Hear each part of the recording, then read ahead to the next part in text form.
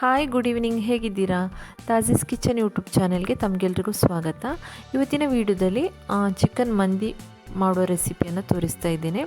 ತುಂಬಾ ಈಸಿಯಾಗಿ ಮಾಡ್ಕೋಬೋದು, ಹಾಗೆಯೇ ಸಖತ್ ಟೇಸ್ಟ್ ಕೂಡ ಇರ್ತದೆ. ಹಾಗೆ ತುಂಬ ಮಂದಿ ರಿಕ್ವೆಸ್ಟ್ ಮಾಡಿದ್ರಿ, ನಾನು ಈ ಒಂದು ಬಿರಿಯಾನಿನ ಬಕ್ರೀದ್ ದಿನ ಮಾಡಿದ್ದೆ. ಹಾಗೆ ತುಂಬ ಮಂದಿ ಕೇಳ್ತಾ ಇದ್ರಿ ಈ ಒಂದು ರೆಸಿಪಿ ನಮಗೂ ಶೇರ್ ಮಾಡಿ ಅಂತ. ಹಾಗೆ ನಾನಿವತ್ತು ಈ ಒಂದು ರೆಸಿಪಿನ ನಿಮಗೂ ಶೇರ್ ಮಾಡ್ತಾ ಇದ್ದೇನೆ. ಜಾಸ್ತಿಯಾಗಿ ನಾವು ಮಂದಿ ರೈಸ್ ಮಾಡಬೇಕಾದ್ರೆ ಆನಿಯನ್ ಟೊಮೆಟೊ ಏನೂ ಹಾಕೋದಿಲ್ಲ. ಆದರೆ ನಾನಿಲ್ಲಿ ಗ್ರೇವಿಗೋಸ್ಕರ ಸ್ವಲ್ಪ ಒಂದು ದೊಡ್ಡ ಸೈಜ್ ಆನಿಯನ್ ಹಾಕ್ಕೊಳ್ತಾ ಇದ್ದೇನೆ. ಈ ಥರ ಕಟ್ ಮಾಡಿಕೊಂಡು ಹಾಕ್ಕೊಳ್ತಾ ಇದ್ದೇನೆ. ಹಾಗೆಯೇ ಒಂದು ದೊಡ್ಡ ಸೈಜ್ ಟೊಮೆಟೊ ಕೂಡ ಕಟ್ ಮಾಡ್ಕೊಂಡು ಹಾಕ್ಕೊಳ್ತಾ ಇದ್ದೇನೆ. ಹಾಗೆಯೇ ನಾನಿಲ್ಲಿ ಕ್ಯಾಪ್ಸಿಕಮ್ ಕೂಡ ತೆಗೆದಿದ್ದೇನೆ. ದೊಡ್ಡ ಒಂದು ಕ್ಯಾಪ್ಸಿಕಮನ್ನು ಈ ಥರ ಕಟ್ ಮಾಡ್ಕೊಂಡು ಹಾಕ್ಕೊಳ್ತಾ ಇದ್ದೇನೆ. ಆಮೇಲೆ ಪುದೀನ ಲೀವ್ಸ್ ಹಾಗೆ ಕೊರಿಯಂಡರ್ ಲೀವ್ಸ್ ಒಂದು ಮುಷ್ಟಿ ಆಗುವಷ್ಟು ಹಾಕ್ಕೊಳ್ತಾ ಇದ್ದೇನೆ. ಹಾಗೆಯೇ ಕರಿ ಲೀವ್ಸ್ ಕೂಡ ಇದೆ ಇದರಲ್ಲಿ.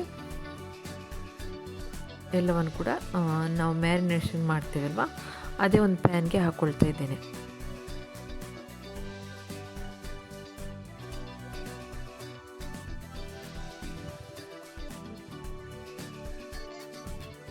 ಇನ್ನು ಇದಕ್ಕೆ ಚಿಕನ್ ಹಾಕ್ಕೊಳ್ತಾ ಇದ್ದೇನೆ. ಚೆನ್ನಾಗಿ ತೊಳೆದಿರುವಂಥ ಚಿಕನನ್ನು ಹಾಕ್ಕೊಳ್ತಾ ಇದ್ದೇನೆ. ಇದರಲ್ಲಿ ಅರ್ಧ kg ಆಗುವಷ್ಟು ಚಿಕನ್ ಇದೆ. ಹಾಗೆಯೇ ಮ್ಯಾಗಿ ಕ್ಯೂಬ್ ಇದೆ ಅಲ್ಲ, ಚಿಕನ್ ಮ್ಯಾಗಿ ಕ್ಯೂಬ್, ಅದನ್ನು ಕೂಡ ಹಾಕ್ಕೊಳ್ತಾ ಇದ್ದೇನೆ.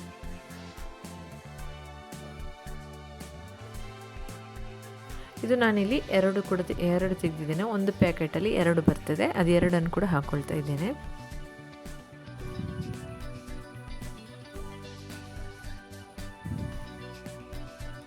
ಆಮೇಲೆ ನಾನಿಲ್ಲಿ ಜಿಂಜರ್ ಗಾರ್ಲಿಕ್ ಪೇಸ್ಟ್ ಹಾಕ್ಕೊಳ್ತಾ ಇದ್ದೇನೆ. ನಾನಿಲ್ಲಿ ಜಿಂಜರ್ ಬೇರೆನೇ ಗಾರ್ಲಿಕ್ ಬೇರೆನೇ ಪೇಸ್ಟ್ ಮಾಡ್ಕೊಂಡಿಟ್ಟಿದ್ದೇನೆ, ಅದನ್ನೇ ಹಾಕ್ಕೊಳ್ತಾ ಇದ್ದೇನೆ. ನಾನಿಲ್ಲಿ 1 ಕಪ್ ಆಗುವಷ್ಟು ಕರ್ಡನ್ನು ಕೂಡ ಹಾಕ್ಕೊಳ್ತಾ ಇದ್ದೇನೆ. ಹಾಗೆಯೇ ಅದೇ ಕಪ್ಪಲ್ಲಿ ನಾನು 1 ಕಪ್ ಆಗುವಷ್ಟು ಸನ್ಫ್ಲವರ್ ಆಯಿಲನ್ನು ಕೂಡ ಹಾಕ್ಕೊಳ್ತಾ ಇದ್ದೇನೆ. ಹಾಗೆಯೇ ನಾನಿಲ್ಲಿ ಲೆಮನ್ ಜ್ಯೂಸ್ ಕೂಡ ಹಾಕ್ಕೊಳ್ತಾ ಇದ್ದೇನೆ. ಅರ್ಧ ಲೆಮನ್ ಜ್ಯೂಸನ್ನು ಹಾಕ್ಕೊಳ್ತಾ ಇದ್ದೇನೆ. ಆಮೇಲೆ ಇವಾಗ ಸ್ಪೈಸಸ್ ಕೂಡ ಹಾಕ್ಕೊಳ್ಬೇಕು. ನಾನಿಲ್ಲಿ 1 ಟೇಬಲ್ ಸ್ಪೂನ್ ಆಗುವಷ್ಟು ಟರ್ಮರಿಕ್ ಪೌಡ್ರನ್ನು ಹಾಕ್ಕೊಳ್ತಾ ಇದ್ದೇನೆ. ಹಾಗೆಯೇ ಪೆಪ್ಪರ್ ಪೌಡ್ರನ್ನು ಕೂಡ ಹಾಕ್ಕೊಳ್ತಾ ಇದ್ದೇನೆ, 1 ಟೇಬಲ್ ಸ್ಪೂನ್ ಆಗುವಷ್ಟು. ಹಾಗೆಯೇ 1 ಟೇಬಲ್ ಸ್ಪೂನ್ ಆಗುವಷ್ಟು ಗರಂ ಮಸಾಲ ಪೌಡ್ರ್ ಇದೆಯಲ್ಲ, ಅದನ್ನು ಕೂಡ ಹಾಕ್ಕೊಳ್ತಾ ಇದ್ದೇನೆ. ಹಾಗೆಯೇ 1 ಟೇಬಲ್ ಸ್ಪೂನ್ ಆಗುವಷ್ಟು ಮಂದಿ ಮಸಾಲ ಪೌಡ್ರ್ ಇದೆಯಲ್ವ, ಅದನ್ನು ಕೂಡ ಹಾಕ್ಕೊಳ್ತಾ ಇದ್ದೇನೆ.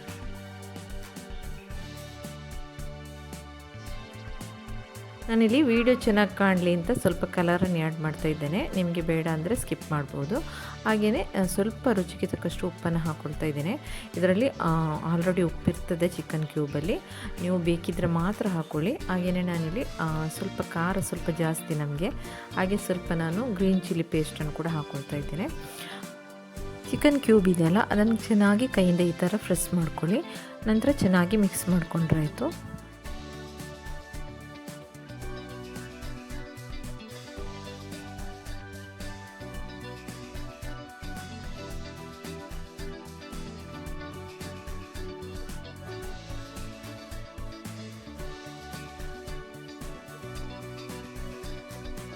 ಇವಾಗ ಇದನ್ನು ಈ ಥರ ಮ್ಯಾರಿನೇಷನ್ ನಾನು ಇದನ್ನು ನೈಟೇ ಮಾಡಿ ಇಟ್ಕೊಂಡಿದ್ದೇನೆ. ಇವಾಗ ಮಾರ್ನಿಂಗ್ ನಾನಿಲ್ಲಿ ರೈಸನ್ನು ಬೇಯಿಸ್ತಾ ಇದ್ದೇನೆ.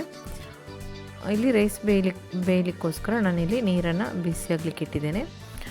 ಇದಕ್ಕೆ ಸ್ಪೈಸಸ್ ಕೂಡ ಹಾಕ್ಕೊಳ್ತಾ ಇದ್ದೇನೆ. ಚಕ್ಕೆ ಲವಂಗ ಅದನ್ನೆಲ್ಲ ಹಾಕ್ಕೊಳ್ತಾ ಇದ್ದೇನೆ. ಹಾಗೆಯೇ ರುಚಿಗೆ ತಕ್ಕಷ್ಟು ಉಪ್ಪನ್ನು ಕೂಡ ಹಾಕ್ಕೊಳ್ತಾ ಇದ್ದೇನೆ.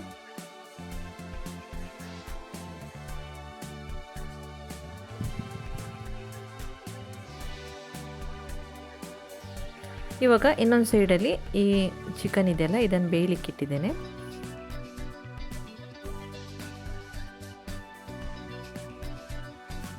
ನಾನಿಲ್ಲಿ ಬಾಸ್ಮತಿ ರೈಸನ್ನು ತೆಗೆದಿದ್ದೇನೆ. ಇದು ಸೆಲ್ಲ ಬಾಸ್ಮತಿ ರೈಸ್ ಏನಲ್ಲ, ನಾರ್ಮಲ್ ಬಾಸ್ಮತಿ ರೈಸ್ ಬರ್ತದಲ್ವ ಅದು. ಹಾಗೆ ನಾನು ಇದನ್ನು ನೀರಿನಲ್ಲಿ ನೆನೆಸಿಡ್ತಾರಲ್ವ ಕೆಲವರು, ಆ ಥರ ಏನು ಮಾಡಲಿಲ್ಲ. ನೀರು ಕುದೀತಾ ಇರುವಾಗ ವಾಶ್ ಮಾಡ್ಕೊಂಡು ಹಾಕ್ಕೊಳ್ತಾ ಇದ್ದೇನೆ.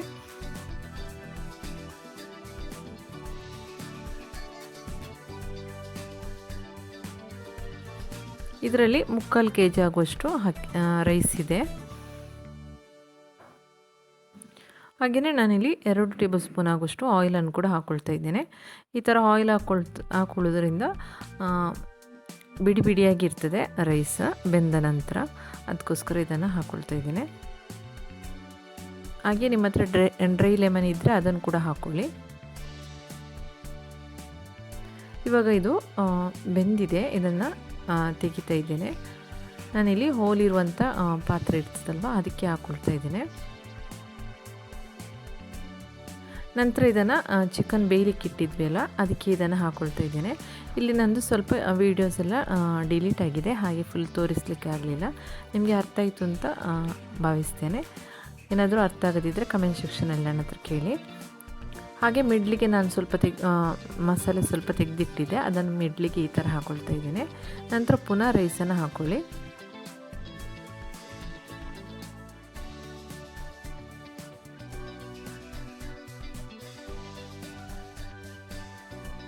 ಇದು 80% ಬೆಂದರೆ ಸಾಕು ರೈಸ್. 20 ನಿಮಿಷದಲ್ಲಿದು ಬೇಯ್ತದೆ. ನಾನಿಲ್ಲಿ ಟರ್ಮರಿಕ್ ಪೌಡ್ರನ್ನು ಹಾಕ್ಕೊಂಡಿದ್ದೇನೆ, ಸ್ವಲ್ಪ ನೀರಿಗೆ ಹಾಕ್ಕೊಂಡು ಈ ಥರ ಹಾಕ್ಕೊಂಡಿದ್ದೇನೆ. ಆಮೇಲೆ ಒಂದು ದೊಡ್ಡ ಒಂದು ಆನಿಯನ್ ಕೂಡ ಫ್ರೈ ಮಾಡಿಕೊಂಡು ಈ ಥರ ಇದರ ಮೇಲೆ ಹಾಕ್ಕೊಂಡಿದ್ದೇನೆ. ಇದೆಲ್ಲ ಆಪ್ಷನಲ್, ಬೇಕಿದ್ದರೆ ಹಾಕ್ಕೊಳ್ಳಿ, ಇಲ್ಲಾಂದರೆ ಸ್ಕಿಪ್ ಮಾಡ್ಬೋದು. ಹಾಗೆ ಸ್ವಲ್ಪ ಕೊರಿಯಂಡರ್ ಲೀವ್ಸ್ ಕೂಡ ಹಾಕ್ಕೊಳ್ತಾ ಇದ್ದೇನೆ. ಹಾಗೆ ನಾವು ಈ ಥರ ಆನಿಯನ್ ಫ್ರೈ ಮಾಡಿ ಹಾಕ್ಕೊಳ್ತೀವಲ್ವ, ಅದು ತುಂಬಾ ಟೇಸ್ಟ್ ಆಗ್ತದೆ, ಒಂಥರ ಒಳ್ಳೆ ಸ್ಮೆಲ್ ಕೂಡ ಬರ್ತದೆ. ಹಾಗೆ ನಾನಿಲ್ಲಿ ಸ್ಮೋಕಿ ಫ್ಲೇವರ್ ಏನೂ ಮಾಡ್ತಾ ಇಲ್ಲ, ಅದು ನಿಮಗೆ ಬೇಕಿದ್ದರೆ ಮಾಡ್ಕೋಬೋದು, ಇಲ್ಲಾಂದರೆ ಸ್ಕಿಪ್ ಮಾಡ್ಬೋದು.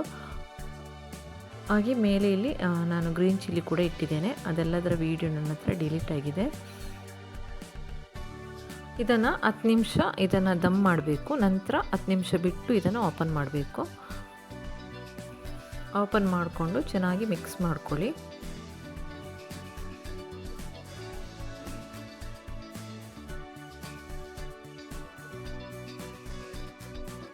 ನಾನಿಲ್ಲಿ ಸ್ವಲ್ಪ ಬೇರೆ ಪಾತ್ರೆಗೆ ಹಾಕ್ಕೊಂಡು ಇದನ್ನು ಚೆನ್ನಾಗಿ ಮಿಕ್ಸ್ ಮಾಡ್ಕೊಂಡಿದ್ದೇನೆ. ಇವಾಗ ಚೆನ್ನಾಗಿ ಮಿಕ್ಸ್ ಆಗಿದೆ ಇದು.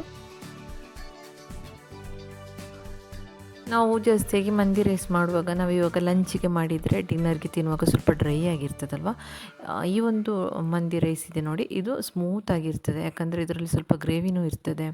ಹಾಗೆ ನಾವು ಕರ್ಡ್ ಯೂಸ್ ಮಾಡಿರ್ತೀವಲ್ವ, ಇದರಲ್ಲಿರುವಂಥ ಚಿಕನ್ ಪೀಸ್ಗಳೆಲ್ಲ ಚೆನ್ನಾಗಿ ಸ್ಮೂತಾಗಿ ಬೆಂದಿರ್ತದೆ, ಚೆನ್ನಾಗಾಗ್ತದೆ ತಿನ್ನಲಿಕ್ಕೆ ಇದು. ನೀವು ಈ ಥರ ಟ್ರೈ ಮಾಡಲಿಲ್ಲ ಅಂದರೆ ಖಂಡಿತ ಒಮ್ಮೆ ಈ ಥರ ಟ್ರೈ ಮಾಡಿ, ನಿಮಗೂ ಇಷ್ಟ ಆಗ್ಬೋದು. ಹಾಗೆಯೇ ಇವತ್ತಿನ ವಿಡಿಯೋ ಇಷ್ಟ ಆಯಿತು ಅಂದರೆ ದಯವಿಟ್ಟು ಲೈಕ್ ಮಾಡಿ, ಹಾಗೆ ಫ್ಯಾಮಿಲಿ ಫ್ರೆಂಡ್ಸಿಗೆಲ್ಲ ವಿಡಿಯೋವನ್ನು ಶೇರ್ ಮಾಡಿ. ನೀವಿನ್ನೂ ನಮ್ಮ ಚಾನಲ್ಗೆ ಸಬ್ಸ್ಕ್ರೈಬ್ ಮಾಡಲಿಲ್ಲ ಅಂದರೆ ದಯವಿಟ್ಟು ಸಬ್ಸ್ಕ್ರೈಬ್ ಮಾಡ್ಕೊಳ್ಳಿ. ಹಾಗೆ ನಾನಿಲ್ಲಿ ಕುಕ್ಕುಂಬರ್ ಸಲಾಡ್ ಕೂಡ ಮಾಡಿದ್ದೆ. ಜಾಸ್ತಿಯಾಗಿ ಮಂದಿ ರೈಸ್ಗೆ ಜಾಸ್ತಿಯಾಗಿ ಟೊಮೆಟೊ ಚಟ್ನಿ ಮಾಡ್ತಾರೆ, ಹಾಗೆ ನಾನಿಲ್ಲಿ ನಮ್ಮ ಮನೆಯಲ್ಲಿ ಜಾಸ್ತಿಯಾಗಿ ಟೊಮೆಟೊ ಚಟ್ನಿ ಯಾರಿಗೂ ಇಷ್ಟ ಆಗಲ್ಲ, ಹಾಗೆ ನಾನಿಲ್ಲಿ ಕುಕ್ಕುಂಬರ್ ಸಲಾಡ್ ಕೂಡ ಮಾಡಿದ್ದೆ. ಓಕೆ ಸ್ನೇಹಿತರೆ, ಇವತ್ತಿನ ವಿಡಿಯೋ ಇಷ್ಟೇ. ನೆಕ್ಸ್ಟ್ ಇಂಟ್ರೆಸ್ಟಿಂಗ್ ಆಗಿರುವಂಥ ಇನ್ನೊಂದು ವಿಡಿಯೋದಲ್ಲಿ ಮತ್ತೆ ಸಿಗ್ತೇನೆ. ಅಲ್ಲಿವರೆಗೂ take care, bye. Thanks for watching.